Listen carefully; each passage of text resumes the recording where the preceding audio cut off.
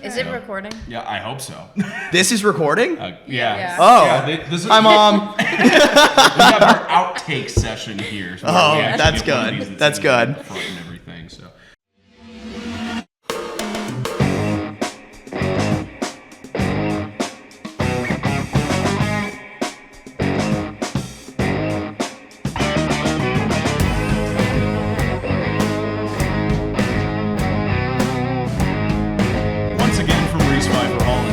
Alabama. It's another exciting edition of the Alabama Frozen Hour. We get to recap the Columbus Classic. We introduce one of our new co-hosts that will be rotating throughout the spring, as well as we get to preview the second half of the season. And we got a good topic as we've got a holiday right around the corner from when this episode publishes. Welcome to everyone watching or listening around the world. Spencer Tomsett, Kate Aitchison, Hannah Alpern. Preston is on medical leave, essentially. He's on the other side of the camera, and his vocal cords sound like a horse. You know the saying, horse throat? He's run a couple of races up in the casinos and the horse tracks a little bit here and there. So wishing him all the best. He's on the other side of the camera listening and smiling and wondering, why did I just make fun of his voice in that circumstance? He says hi. He says hi.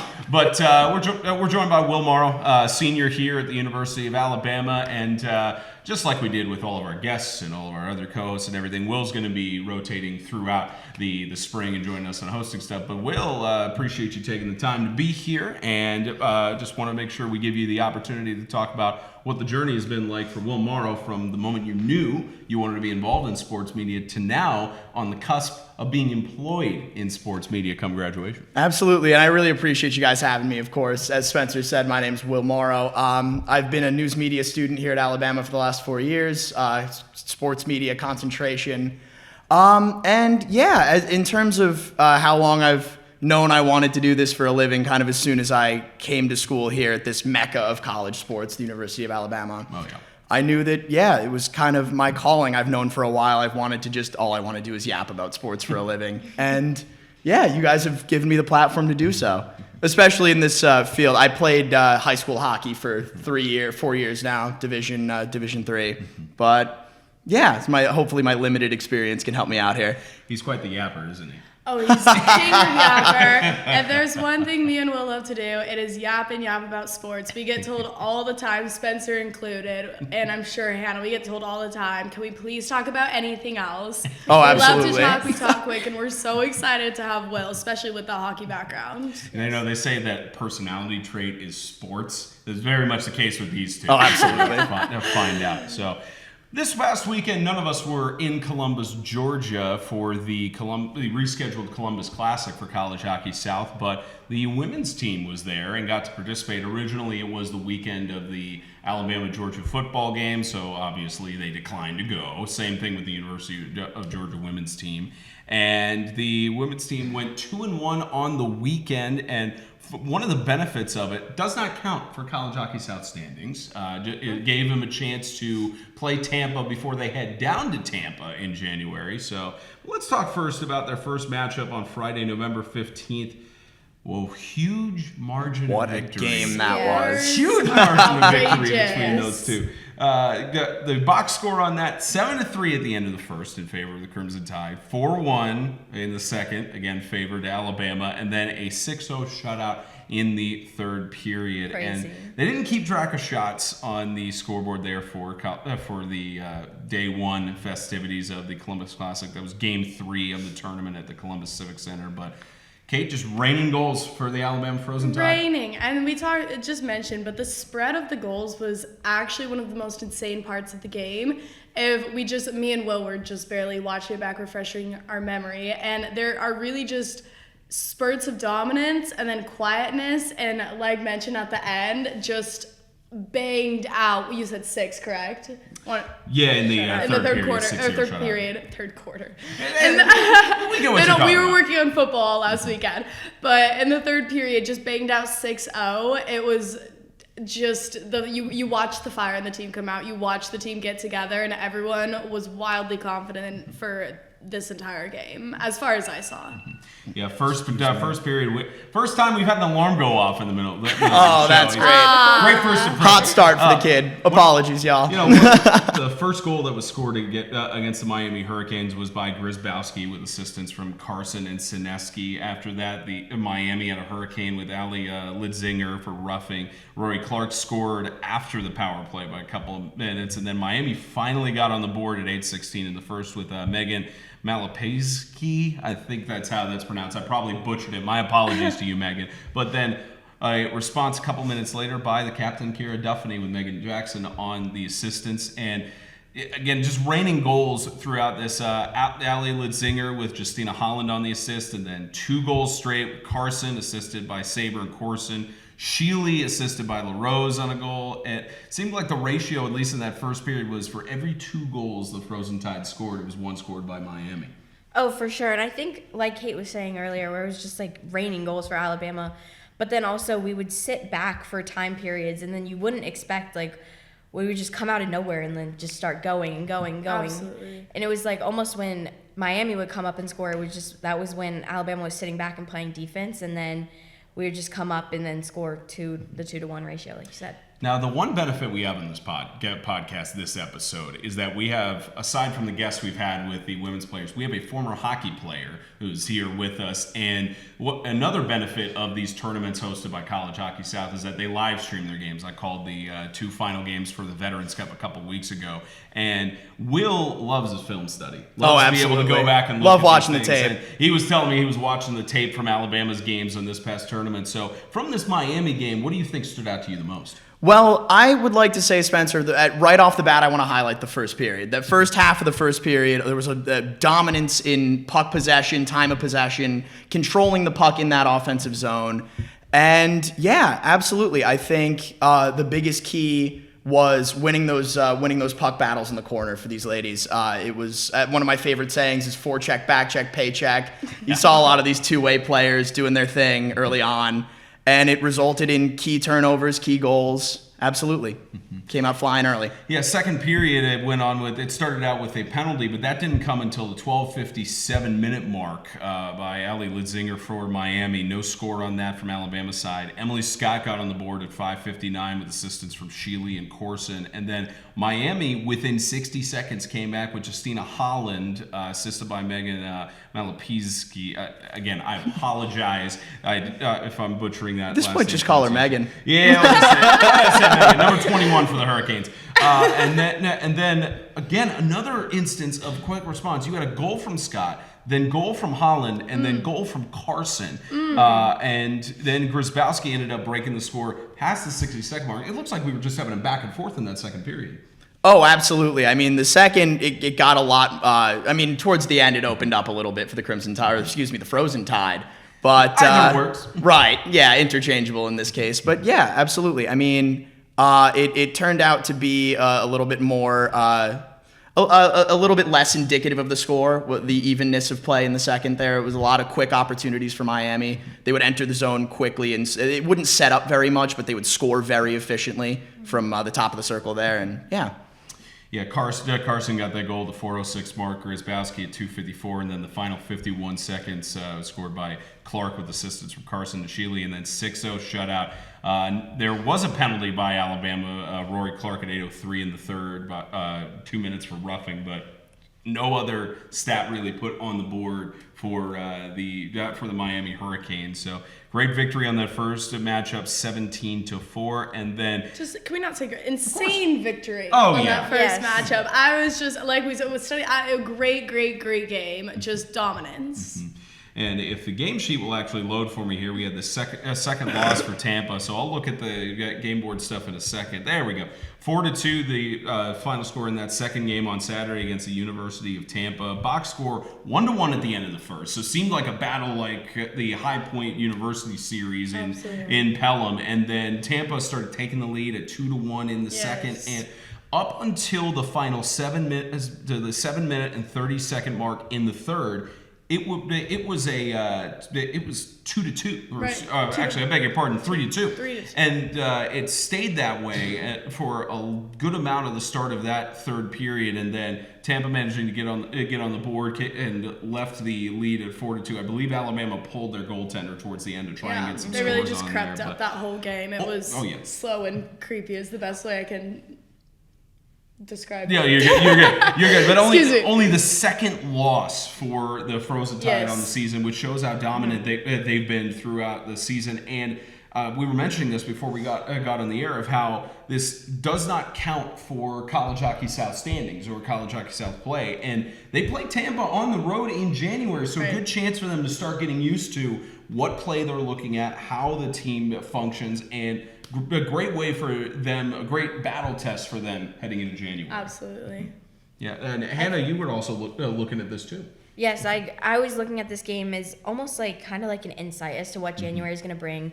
Those are some of our first games of the spring semester coming up, and I think especially with a big gap of like Thanksgiving break and then winter break for everyone, being able to see Tampa before January and come after a huge break like that, I think this is a great insight for our girls. They can go into practice this week, and I believe they have practice on dead week as well, and then kind of prepare for those games, and then everyone kind of take their own time over the breaks and prepare themselves and improve where they feel like they need to.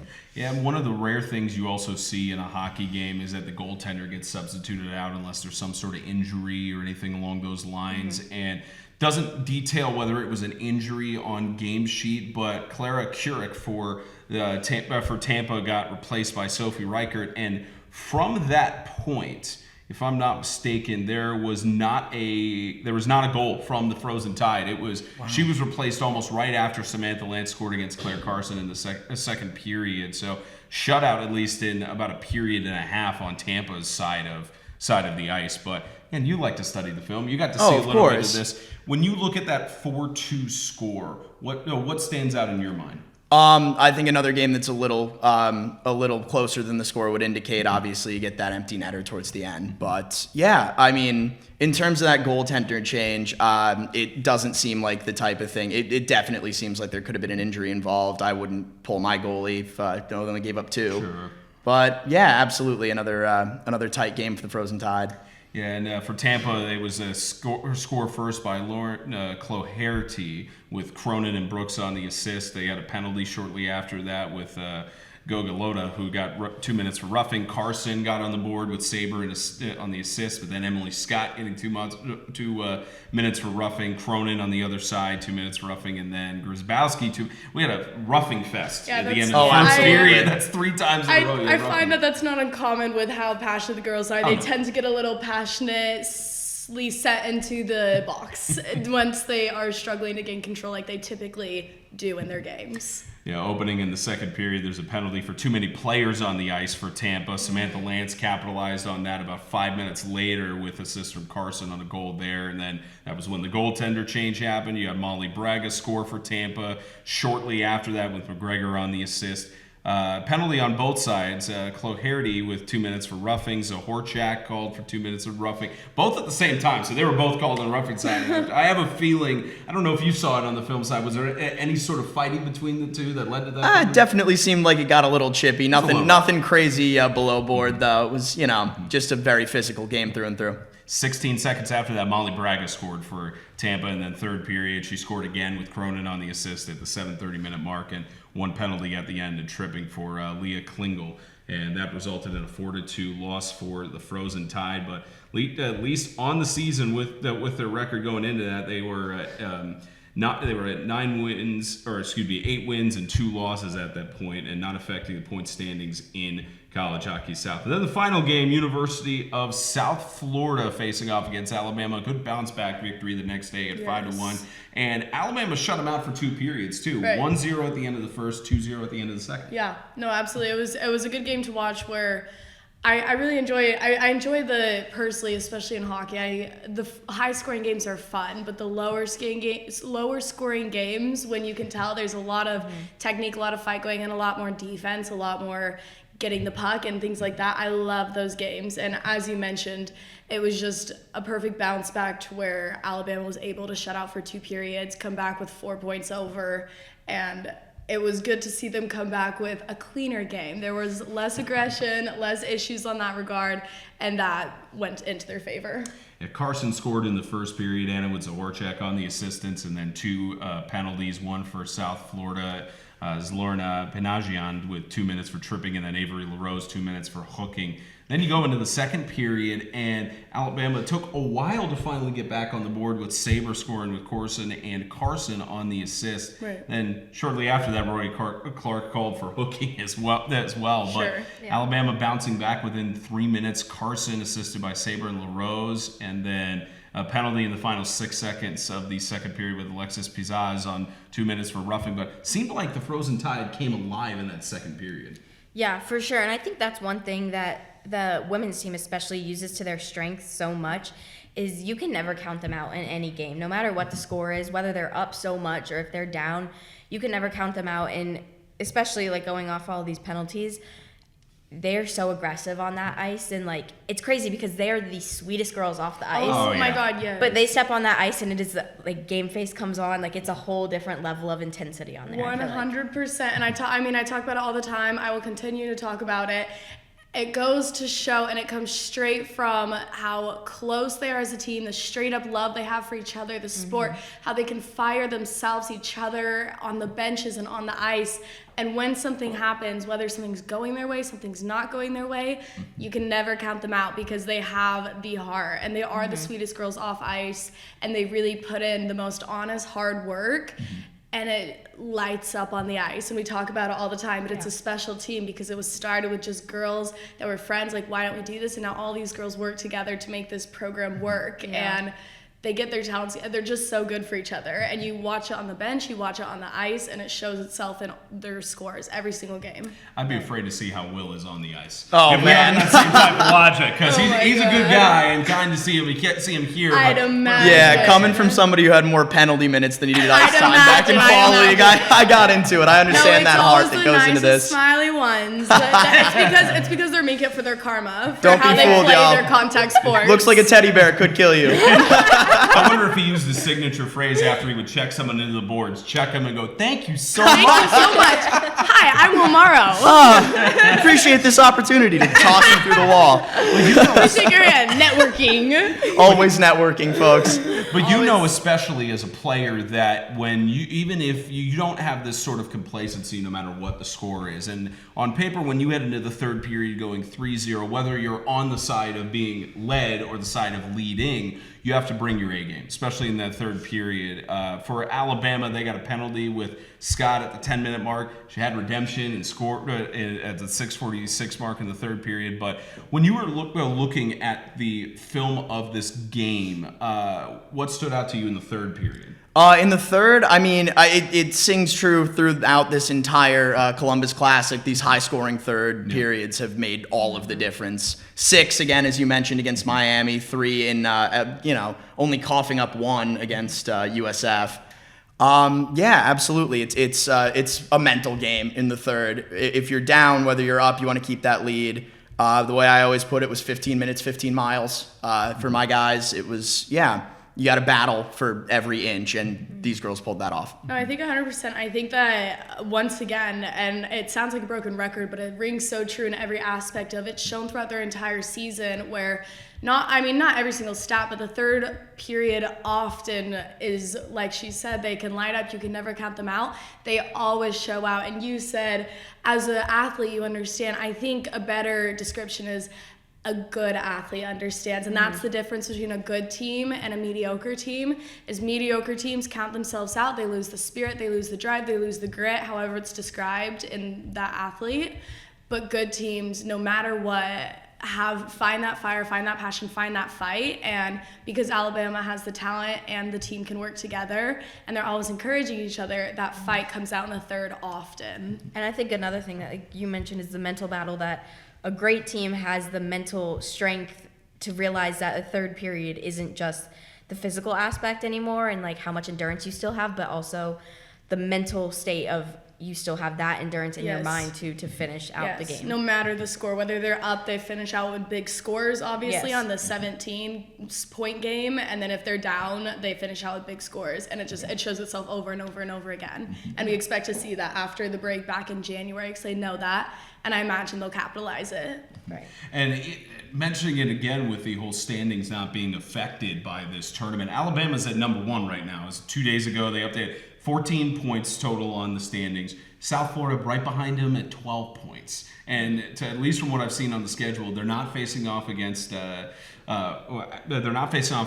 Florida, to my knowledge. They're against Tampa, who is creeping up right now at that 10-point margin going into the standings. So those matchups in January could very well be for number 1 or number 2 seed, or even Right, the 3 yeah. seed heading into the College Hockey South playoffs. Because on the schedule right now, Alabama's only got these games against Tampa left and against Georgia Southern at the moment. So this is very much one of those where you're getting down to the stretch of the playoffs. You're trying to determine which teams are going to get the number 1 seed and the easier path on paper to the playoffs. So this is one of those where you're fighting really down the stretch. Where I don't know, were you in any playoff situations in your time? I was once or twice. No thanks to me, of course. I was very much a bench That's why he warmer. works in sports. Exactly. That's why I'm working here and not playing. But yeah, no, absolutely. I definitely faced a few tough playoff eliminations, and the whole key obviously is fighting till the very end, fighting down the stretch. What's the mental knowledge and feelings going into playoffs and tight point margins and that kind of thing? I was in a lot of situations where there were a lot of tight divisional matchups going into it, and all you can do is play your game. You have to focus on your team, focus on even if you don't control your own destiny, play like you do. Win every game you can, fight till the end. Yeah, especially on the playoff side. Now, talking about that focus and having people who try to put you in a situation for the playoffs and go down the stretch. How about Claire Carson? Oh How my about goodness! Claire Carson? I've been waiting to highlight the freshman, man. I've been excited about this. So I mentioned I was calling those 2 games for the College Hockey South tournament. Claire was our camera operator. Really? Savannah kind of drug her out. I say that because we all love Savannah. We know how it works. Yes. So she's like, "You got to come with me. I need somebody to go into the tournament and such." And Claire didn't even know she was going to be helping on the media side, and she I was love it. running cameras. So she and I were talking in between periods and chatting it up and everything. And so she got honored by College Hockey South as the Week 11 Star of the Week. So congratulations to Claire on that. Congratulations, 7 goals. well deserved. Oh yeah, 7 goals, 5 assists, 12 points. She is the points leader right now in the women's division by 7 points, only second to Paige Ukes, who's played. She actually transferred mid-semester because she was with University of Georgia and Georgia Southern. So leading by 7 points right now as a freshman. That's a I just freshman. snaps she just performs. She performs well, calm, cool, collected under pressure. I can't say enough good things about her on the ice, off the ice. I don't think anyone anywhere can say anything but good things. Of course. And I wanted to highlight, obviously, those 7 goals are mind-boggling, but I want to Please. highlight those 5 assists. Oh, yeah. She finds ways to create opportunities. That first goal against Miami was she picked up the puck in the neutral zone, found a way to make that second pass. Oh, yeah. Very little hesitation, but a lot of poise, a lot of patience from the Yes. freshman. I think those statistics show the standard of that this team is, and also once these seniors graduate, that she's only a freshman. She's still going to be here, and she's still going to uphold this standard and continue to play at such an incredible level for someone that age. I agree, and she's going to continue to play. And also, as a person, I think poised and just exactly how she was described, and the statistics go to show how she is just as a person. So I'm excited to see her be a huge mentor, a huge player. She is a name to watch out for this year and on. Yeah, she's got 1 shorthanded goal on the season, the only other notable stat, at least thus far, for Claire Carson, but getting a well-deserved honor. And I remember we had Samantha Lance on a couple of weeks ago, and you and I were talking to her about how she immediately called her family members and was just so excited to get that honor. I need to ask Claire how she felt when she got this honor. Me was too. notified by college. Samantha, also another one, just same thing, Okay. and that is we go back to these 2. I am incredibly proud that they are highlighted, well deserved, and the entire team is just full of women like that, and that is why they are who they are as quickly as they have become. Yes. Where do you want to predict where Samantha Lance is right now on the points leaders in the women's division? Oh my God.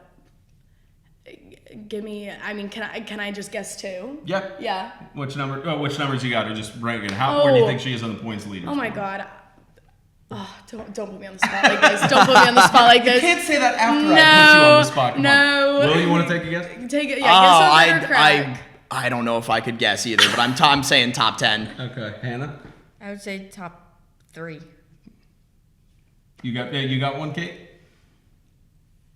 This is for the entirety of College Hockey South? Yes, for the women's division. Yes. Top 10. All right, she says top 10. I'll just go top somewhere. 3. We'll go neutral. Top 5. Top 5. She's third. She is Wow. third, right behind Paige Ukes and Nailed. Claire I'm sorry I Carson. doubted you, Samantha. I said second at first, and Hey, you looked at me like I was crazy. That's on me. You said top 10. I was So unfamiliar. you're listening to Well, Hannah I was said just a little second bit- at first, and you Yeah. looked at me like I was crazy. Oh, I I didn't didn't get a hear you say- really I feel like a answer. schmuck That's now. why.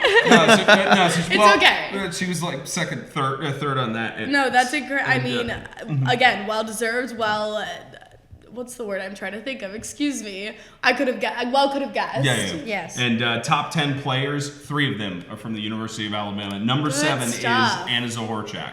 She's Nice. she's number 7 with 17 points. Roll but Tide, roll. Roll Tide to that. I was waiting for at least one. We have this Always. running joke where they sent me a video of like they're working on another project and they were about to start their take and the Mets had like this was in the We get interrupted. Vientos Grand Yeah, Slam we or got something like interrupted. that. I'm so sorry, but I have to interrupt. And Will hops up. It was the funniest thing, and I popped my Losing my classic mind. Roll Yeah, Tide, because he's like, roll. we're going to the World Series and everything. She just goes, oh, It's just a celebration. like it's the Mets. You're talking about At least the Bama. roll tides were well Yeah. placed today. That's Well the deserved signature. roll It was tides well this played. evening. Yeah, so- I was waiting for the right moment. Oh, yeah. Anytime there's a celebration, if she doesn't say roll tide, there's something going on.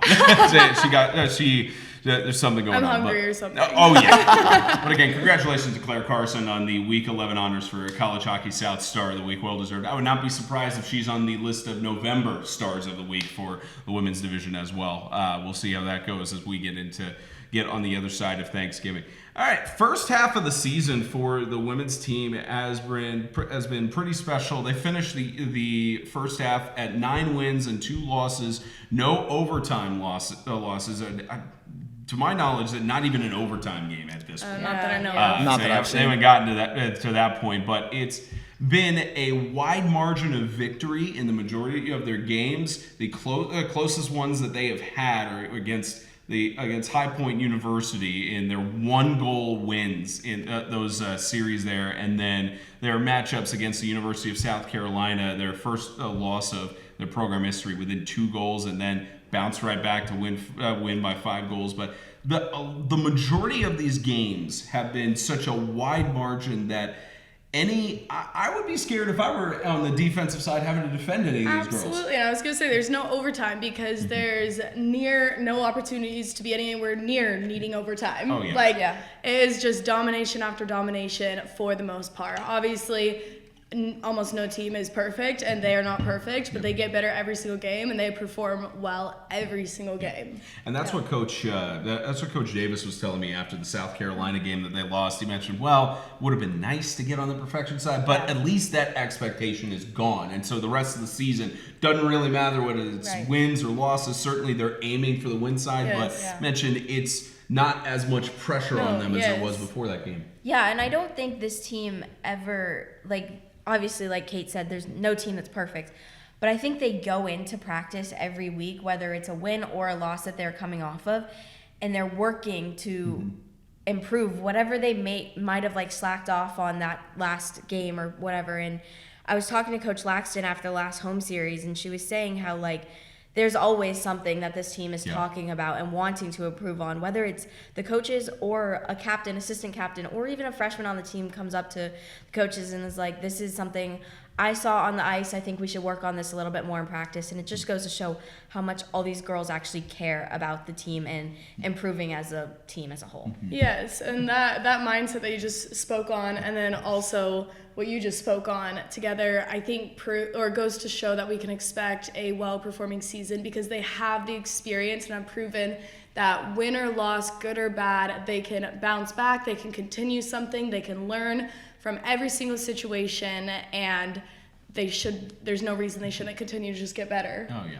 And you would especially know from your playing days, Will, that the losses, sure, you would like to have those games back, but it's also bulletin board material heading into the rest of the season, because you think they're more than likely they're going to get another crack at South Carolina in the playoffs. They're more than likely going to get another crack at the University of South Florida at some point. So I'm sure you know about that bulletin board material in the locker room. I know all too well about losses, Spencer. We had a few rough seasons there, and all I can tell you about that is it absolutely lights a fire under you. It makes you want to work harder, and it just, it pushes that idea of these girls are capitalizing on what they do well, and they're not trying to play anybody else's game. They're playing their own game, and I believe that'll show through the stretch. You mentioned you had a couple of rough seasons in that regard. Absolutely. Were there any good seasons during your There were a program? few. We had a few, played with a couple of kids who ended up going on to Team USA camps and stuff like that, so they definitely helped us through. But yeah, those winning seasons, they're not necessarily undercut by the losses, but the losses absolutely fuel the wins. Oh, yeah. So previewing this second half of the season, because this first half has just been an incredible ride to witness thus far, but we are certainly not done yet. This second half of the season starts actually sooner in Pelham on January 17th and 18th, where the Women's Frozen Tide will host the University of South Carolina. Very much an anticipated rematch of what we saw from those two Incredibly games on the excited. road. That's, especially thinking about, we've talked about how those scoring margins were close, and a big reason that not just Coach Laxton, but also the players and GM Savannah Prefontaine were telling me about is that they had about 2 or 3 of their starters out in South Carolina. Right. One of their players was in a wedding. I think one of Yes. them had a medical issue or something like I that. remember So that. they're going to have their full roster for the most part ready to go, and not having to worry about leaving at 6:30 in the morning from Tuscaloosa. That's what I was going to say. Not only that is full roster. They will have all this time. It'll be a second matchup. They'll have all this time to prepare, more film to study. But more importantly, there's no travel. There's no long day. There's no worrying about. There's no things to go wrong in that aspect. And so I'm excited to see these teams play when Alabama can be at their best. I'm very excited for that matchup. And I think, again, I have high expectations. Now, I will say there might be a little bit of a long day on that first matchup because it is right now on the schedule at 10:15 Central. saw that. So one of those Amazing. later ones in Yes. Pelham, which it's Amazing. not I uncommon. remember that, yes. Yeah, it's not uncommon because those things have happened before on matchups on the hockey scene. But Hannah, I know we don't really reveal secrets in the media side, but have you started thinking about some of the questions and interviews you want to look at heading into that series? Yeah, for sure. Especially some of the pregame interviews I want to conduct is this is their first rematch that they're going to see this whole season. So kind of how they're preparing for that. What did we do differently preparing to go into this game based on what we've seen from South Carolina, based on shared competitors we've had in that sense and that kind of thing. But also is there going to be any difference in the preparation of that they have that game day specifically? Because like you mentioned, it's a later start than what they've ever seen before. Yeah, and again, just to recap on this, Will, it was 4-6 on the first loss in program history on the road on that long day that we detailed fairly well, and then bounce back 9-4 win against the Lady Gamecocks. And it's one of those series that you can look into as a vengeance tour. You could also look into it as these are the first matchups of 2025. Technically still part of the season, but a new year. You never know what's going to happen, especially a week or two where the players are still settling into the new semester and trying to get their footing in that regard. From your days, do you feel like, because I don't know if you had any games that were scheduled right after the semester started, but do you feel like that has any sort of heavier or non-existent factor on gameplay? I'd say it would. I think it's a new mentality going into the new year, of course. And I think especially with it being a rematch, they have to look at it as, okay, this is a chance to capitalize on what we've learned from our first program loss. And yeah, take it from there. And then they'll try to take it from there. That next weekend, they head down to Florida. A little bit of warmer weather in January. We will not be on the road for that media side because our colleagues over at the University of Tampa have a fantastic broadcast crew that will be handling that one. I know you'll be jealous of that, and I know all of us would be jealous of that. Absolutely jealous, but incredibly excited to watch. But you think about it, especially with that being a rematch, and this time it actually counting for conference play, they still have a long bus ride that they'll have to take on the 24th. That'll be so interesting. that'll be how it factors in. But when you look at how those games went down in Columbus and a little bit less of travel, what stands out to you the most between the Frozen Tide and Tampa? Well, I would be really interested to know either before or after from Hannah or somebody else what they do differently in their travel day because of the last one. Not that it went poorly, but it clearly could have had some effect on their score with those 2 days. Yeah. I'm interested to see if they have anything different, if they have any tactics, and just truly how they're going to perform with, again, it being another rematch, it being a second road game. It'll be a chance for them to try some new things. Especially considering, especially considering that those first few matchups, you highlighted the fact that we were missing a few players. Yes. I am of the opinion that home ice with that full roster, it makes all the difference. There's a certain level of confidence that you carry into that game when you have all your starters ready to rock. Absolutely. And I think, that's going to make a huge impact going into that series. And especially on the schedule right now, Hannah, they play on the 24th, 25th, and 26th. So both teams get 3 cracks at it, 4 points in College Hockey South play to be able to make a push going down the stretch heading into the CHS playoffs. And should be an interesting series. And I don't want to jinx it in saying that it should be must-watch television, but this really seems like it's going to have a huge impact on the 1, 2, and 3 seeds in the playoffs. I think this series, when they go down to Tampa, will really be telling of what, like you said, what playoffs will end up looking like, who's going to be the first, second, third ranked seed, and ultimately how teams are looking in the second semester. Who knows, if there's going to be injuries that impact this, or someone transferred in the offseason. You never, things like that are just, you never know how they're going to play out. And then the final matchup for the Frozen Tide, at least on paper right now, for the regular season. Senior night is supposed to be on February 1st. On paper right now, they're supposed to be facing off against Georgia Southern. The Georgia Southern has really struggled on the year, at least looking at the standings. They are last in College Hockey South play, 6 losses total. They have not really gotten even close in the matchups they had. The closest one they had was against the University of Tennessee, where they lost 1-3 in. That's an interesting arena name, the Cooler. I don't know exactly where that is, but I think that's their home venue because they've had 3 matches that are there, but in the Cooler. So that one is fun. But the rest of their cold losses, in the Cooler this season, it seems like. It's a shame. But they have their 2-point loss, or 2-goal loss, and the rest of their matches, 5-goal loss, 12-goal loss. They had a close one by 2 goals against Auburn University at the start of the season back in September, but this is one of those that you still don't underestimate the opponent you have, but Georgia Southern has really struggled on the year. Yes, well, absolutely. You don't want to underestimate anybody, but as typically in a senior night, if that's the case, it should give them the opportunity for every player to have, especially every senior, to have the opportunity to show something off, do something special, and have a good moment. Yeah. I know senior night is still a little bit out, and there's a lot of planning and going behind the scenes. From your perspective, Hannah, have you seen anything specific that's going to be planned for that festivity? I don't know anything specific. I know I'm working closely with Mia to be planning that.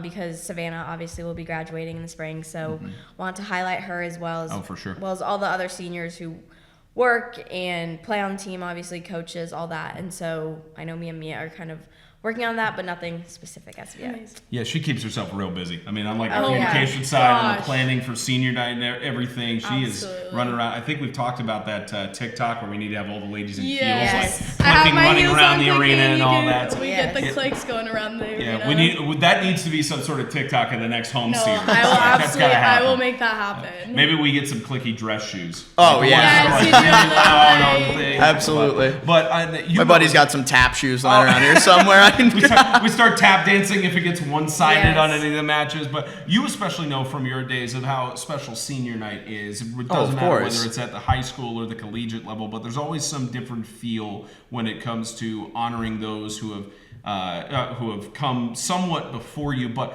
this is even more interesting because first year ever of this program and honoring those who only get 1 year of this to be able to be around and see the fruition and be those sort of leaders and step up. So from senior night, at least from your high school days, I'm sure that's one of your fondest memories. Oh, absolutely. I mean, it was always nice to honor the guys who came before. Obviously, I had a lot of older mentors. I was very new to hockey when I started out. I had only been skating for a couple of years compared to these kids who had been on the ice their entire lives. And they, it's nice to honor the people who mold you into the leader that you're eventually going to become. And obviously we've got some really talented young freshmen on this Alabama roster that are going to become leaders very soon. Absolutely. Imagine how emotional that'll be for the freshmen now when they get to their senior day and senior night, especially thinking that they started the program and everything.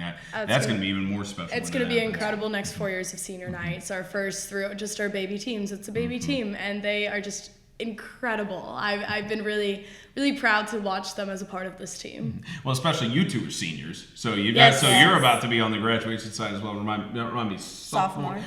Okay, so you guys have time. We kept joking because we worked on a tournament this past week, and we had a freshman on our crew. We kept making the joke, she's a freshman, she'll learn. Shout out to Eleanor Rodhouse on that one. Shout out to Eleanor, and we the love you, freshman learned quickly. Oh, yeah. But then we also had the joke with sophomores. So she's a sophomore. She's still learning. And then they're a junior. They should have learned at this point. And then they're a senior. You should. We got no excuses. No holds barred. Yeah. No holds barred. So we always have an odd topic on the podcast. And I told them beforehand, this episode publishes 7 days before Thanksgiving. So it would make no sense for us to do this without talking about this stuff. And we've got a mixture of people from different sections. We got Kate from Canada, and they celebrate Thanksgiving a month before us, which weirdos. But anyway, bizarre. My family's Canadian, but I grew up most of my life in Utah, and we celebrate 2 Thanksgivings. So Canadian Thanksgiving is a month earlier because the crop is earlier in Canada because it's colder, and we celebrate American Thanksgiving, and it's like the same foods. But we've got another northerner from Connecticut, so I don't know where the answers are going to go on this. It's going to get a little weird, Spencer. Remind me, you also grew up in North Carolina. North Carolina. Okay, so you're technically still in the South a little bit going up there, and then I also have northern roots on my mom's side and southern roots on my dad's side and everything. So this is going to be interesting. All right, I'll start with you, Kate, on this one. Your favorite Thanksgiving meal item, either side or main dish? I love Thanksgiving. I love food. I love Thanksgiving food. I love it all. My absolute favorite is mashed potatoes. I love potatoes in every single form, and every single Thanksgiving, half my plate is always mashed potatoes, and I eat them all. All right, fair enough. Fair and simple on the answer. Anna, yours. I would have to say sweet potato casserole, but it can't be the one with marshmallows. It has to have the brown sugar. It's and okay to have wrong No, opinions. that's so fair. It is okay to have wrong incredibly opinions. fair. I enjoy good sweet potato too. That's just like maybe the cinnamon and sugar a little bit in it. The marshmallows, that's more a sweet potato souffle. That's a little more of my vibe, but I understand what you're talking about there. So I am scared of what Connecticut over here. See, no, I was going the potato track. We used to go when we were kids. My mom would go the yams and marshmallows route, but we've upped the game up a little bit. Another shout out to my mom, of course, the greatest cook on planet Earth. But we do the sweet potato casserole with pecans over the top, a little bit of coconut on there.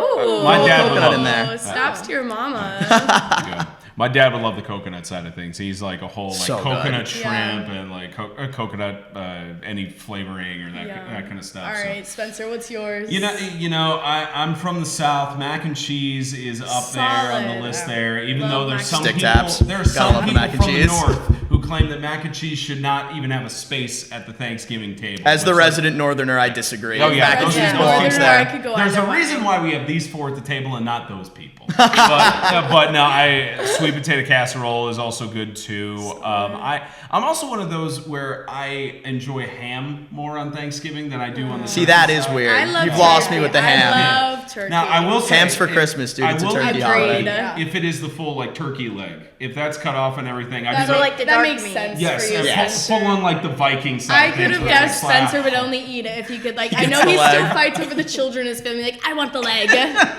Oh no, I don't fight. I just say I get one of the legs. I get a and then leg. Everyone Called everyone it. agrees with me. So Yeah, so it's the same thing Loser. Same thing with like a rotisserie chicken too. I'm going for the drumstick. Okay. Spencer, have you ever won the wishbone poll? I don't think I've ever done the wishbone. You guys don't do What? that? I do not. I love that I do tradition. too. We'll have to do one. Yeah, but no, I have not done that at Thanksgiving. I don't even think. Do you watch the parade? At Oh, least? Macy's Day. Yeah. Up until football, I do. Okay. Once football Fair, comes sure, up, even though yeah. we've got some questionable games coming up on The Thanksgiving. backup bowl in Dallas. Yeah, backup bowl. Yeah. Tommy DeVito and Cooper Rush.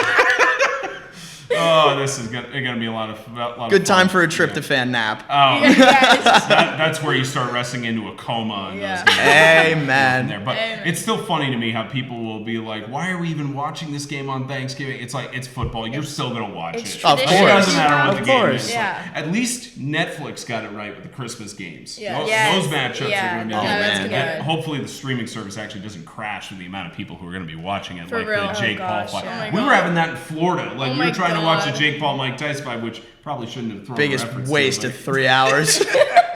Oh, that fight End it was there. awful. Don't let me get into it. But yeah, it was. That was an interesting trip in trying to get Netflix to work down in Florida. But hopefully that doesn't happen with the Christmas games for the NFL. But really fun episode, Will. Appreciate you stepping in. Thank you last guys so week. much for having me. And I know we're going to have you back at some point for rotating hosting duties as well. And for just a programming note, this is our last episode of the semester because obviously Thanksgiving is next week. Then we have Dead Week, so everybody. And we can hopefully push them to focus on. Sorry, we're all gonna finals. hibernate in Yeah. the next Yep. couple weeks. We'll Yeah. be studying. Well, study. Sure.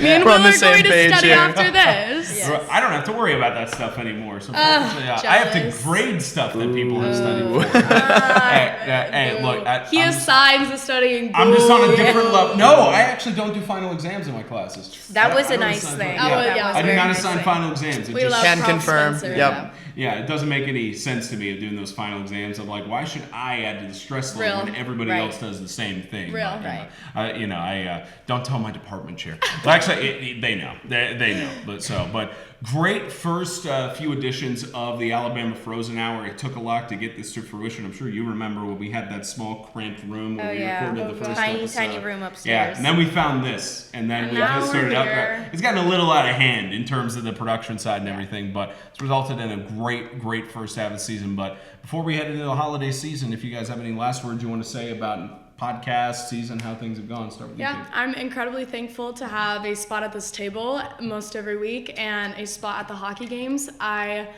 am somewhat new to this, but a senior, and I've learned a lot. I've been so happy to talk with y'all and you guys, and it was exciting to finally get an episode with Hannah. We haven't Yes. actually gotten on together yet, but great Really? episode. No, we've No. missed Oh, each man. other Yeah. every time. Yeah, I just realized that. Wow. Yeah, great. Girl power. Girl Yes. power, great episode to get, nice dream team together, and roll tide. Roll Tide. Fantastic. Hey, Hannah, any final thoughts? I would just say I'm extremely grateful for the opportunity to be on this podcast, but also doing ringside reporting for the team and being able to learn and like get my foot in the door early in this industry because I know it's a competitive industry. Oh, and yeah. Definitely want to pursue a career in it, but thankful for all the people and networking I've been able to do through this. So. You know, I didn't even realize the thankful and grateful side when we're 7 days away from Thanksgiving, so we're doing our kind of giving thanks early. Yes. I didn't even Yeah. realize that was Sorry what I to was start trying to that. do here. But Will, I know Speaking this of is the giving thanks, Yeah, the king of giving thanks. Yeah, of course. Will's And I line. know this is the only episode you've been on thus far, but I'm sure you've been watching as a fan of the women's hockey team for a little bit as well. Absolutely. Also hearing a lot of the stories from Kate throughout Yes. the season. So your chance if you've got any final thoughts as we head into the winter break. Of course, and obviously I'm new here, but I've been deeply passionate about hockey my entire life. This is my sport. I love it. And I'm so grateful for this opportunity to be here and to just talk shop with y'all. Yeah, I'm just glad we have the lucky puck here again. Yeah, it's you been got it out in the center and back. everything. And I know Preston expresses sort of the same words of gratitude. He's off camera right now.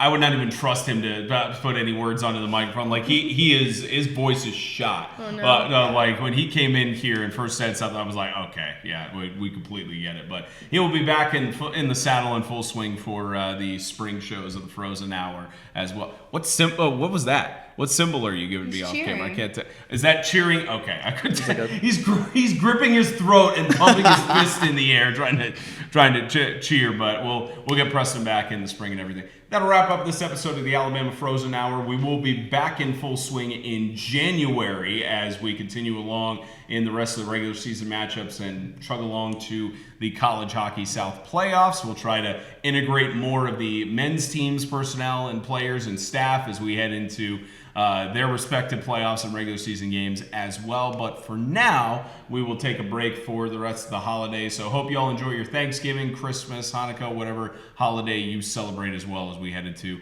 the winter season. For Kate Aitchison, Hannah Alpern, Will Mauro, as well as our producers on the other side of the camera, Jaden Watson and Andy Sakalis, all the hardworking men and women make this run so smoothly. I'm Spencer Tomsett saying so long from Reese Fight for All. The Alabama Frozen Hour's final episode of 2024 is in the books.